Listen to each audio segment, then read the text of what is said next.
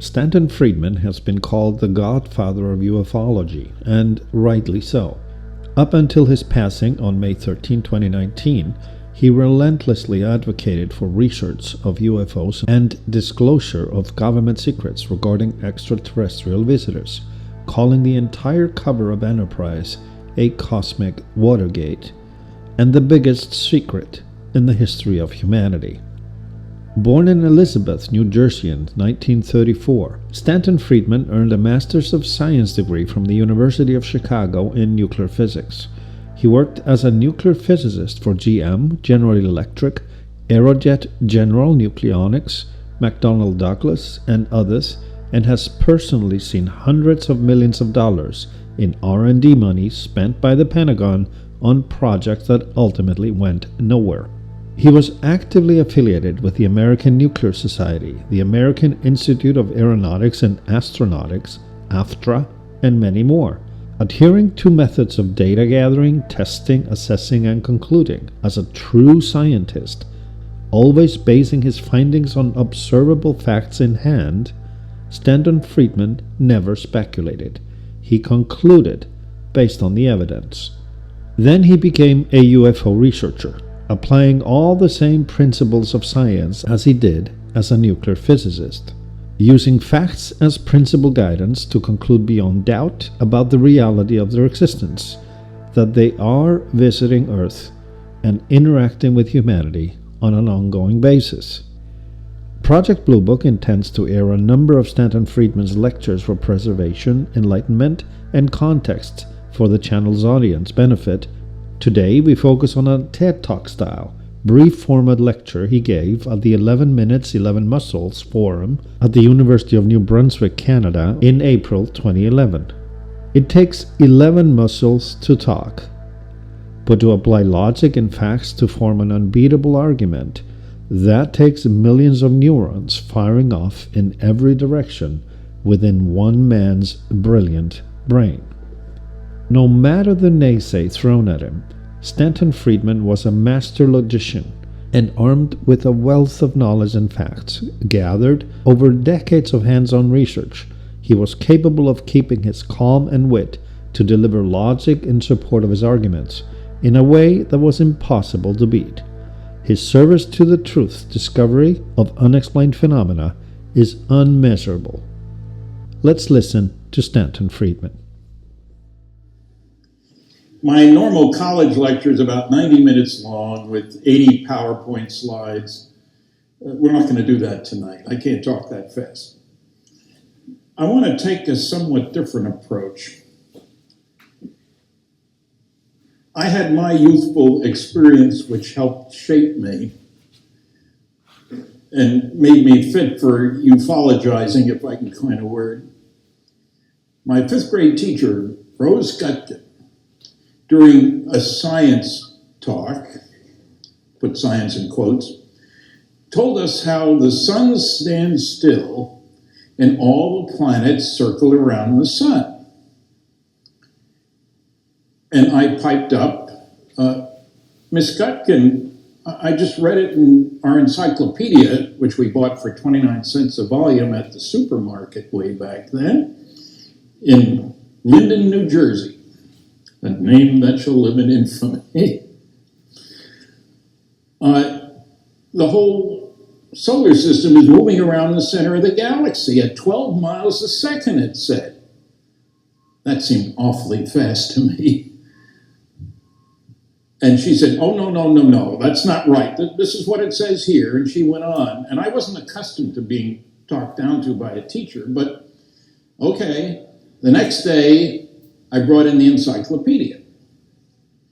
And she read it and rather reluctantly said, well, maybe that's right. I learned a very important lesson. Have facts in hand before putting mouth in gear, or head gets chopped off by the authority figures. I was in high school debating, and it came in handy there too. I learned another lesson. Never make up a fact. You can't get by with those. So I have been on the hustings, if you will. I've had a chance to speak in all 50 states. Next month, I will speak in the 10th province, Newfoundland. They finally decided to bring me up there. I just got back from Poland. I've spoken in 18 other countries. My message is usually pretty straightforward. 4 major points. 1, the evidence is overwhelming that planet Earth is being visited by intelligently controlled extraterrestrial spacecraft. In other words, some UFOs are alien spacecraft. Most are not. I don't care about that. 2, the subject of flying saucers, and I prefer flying saucer to UFO because all flying saucer UFOs, very few UFOs are flying saucers. The subject of flying saucers represents a kind of cosmic Watergate. Some few people within major governments, including ours here, have known since July 1947, when a couple of flying saucers and several alien bodies were recovered in New Mexico, that indeed some UFOs are alien spacecraft. 3, there's no good arguments against the first 2 conclusions. And 4, we're dealing with the biggest story of the millennium. Visits to planet Earth by alien spacecraft, successful cover-up of the best data by governments around the world. That's the beginning. Now, in my lecture, I cover 5 large-scale scientific studies. I try to shock my audience into recognizing that there's a lot they don't know. After each of those studies, I ask how many people have read this one. If I'm lucky, it's 2%.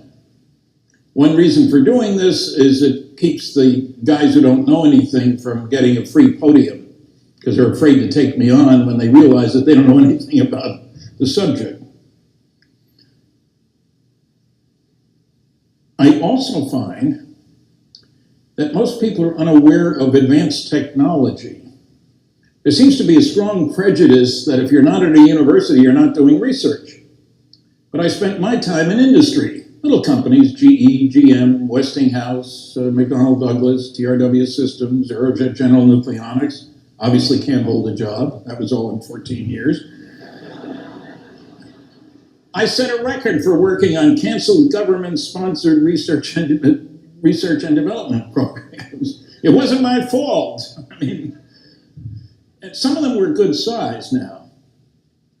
And for those of you in academia, think about this. In 1958, when I was working for the General Electric Aircraft Nuclear Propulsion Department, we spent $100 million. We employed 3,500 people, of whom 1,100 were engineers and scientists. Back then, $100 million was a lot of money. Now, some people think it's only chump change today, but I still think it's a lot of money. Now, one thing I like to do, and I did this in, of all places, Saudi Arabia a couple of months ago, where they had the 5th annual Global Competitiveness Forum in Riyadh, Saudi Arabia. What's a nice Jewish boy doing in Riyadh, Saudi Arabia? I wrote first to make sure they'd let me in when I got there. They said yes. I showed pictures of a nuclear rocket engine, for example. This big, power level of 4,400 megawatts. The Pro is 2,200 megawatts.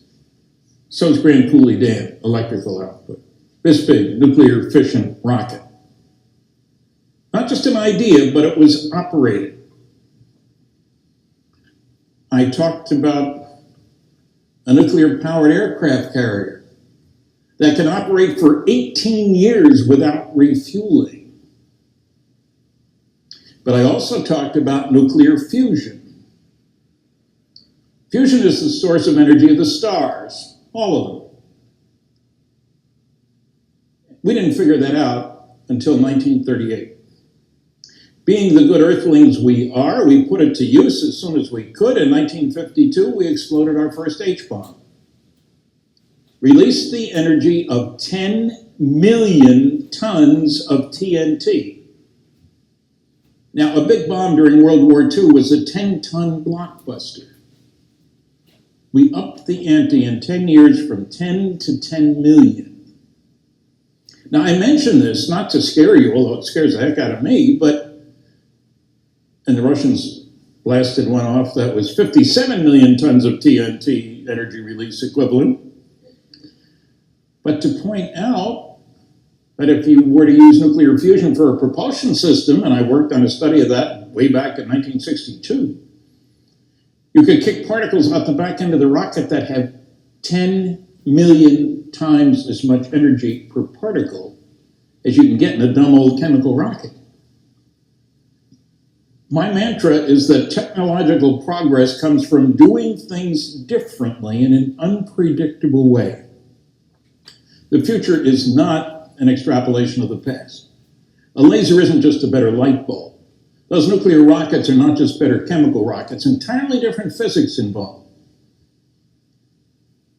Now, what comes out of this is a recognition that every advanced civilization out there, and I think there are billions of them, is going to try to figure out how its star produces its energy.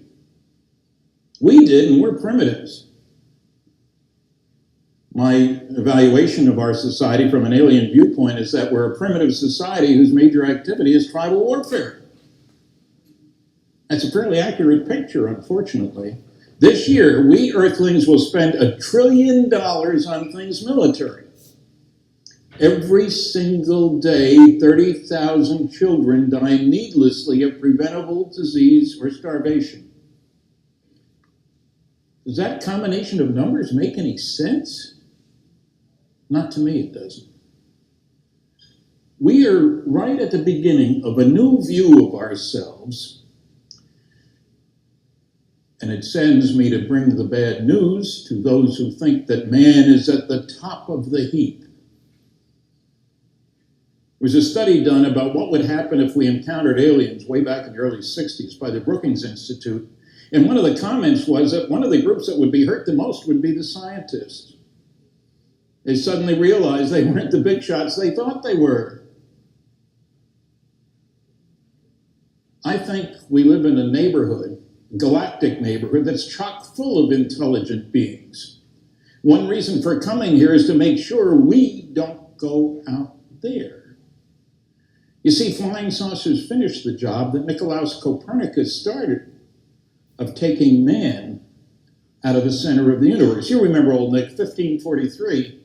He had the gall to publish a book, the same year he died, so he wasn't burned at the stake, a book which said that the Earth was not the center of the universe, the sun was. The book was banned for 300 years. Now we realize, Kepler results just found, another 1,200 and some exoplanets.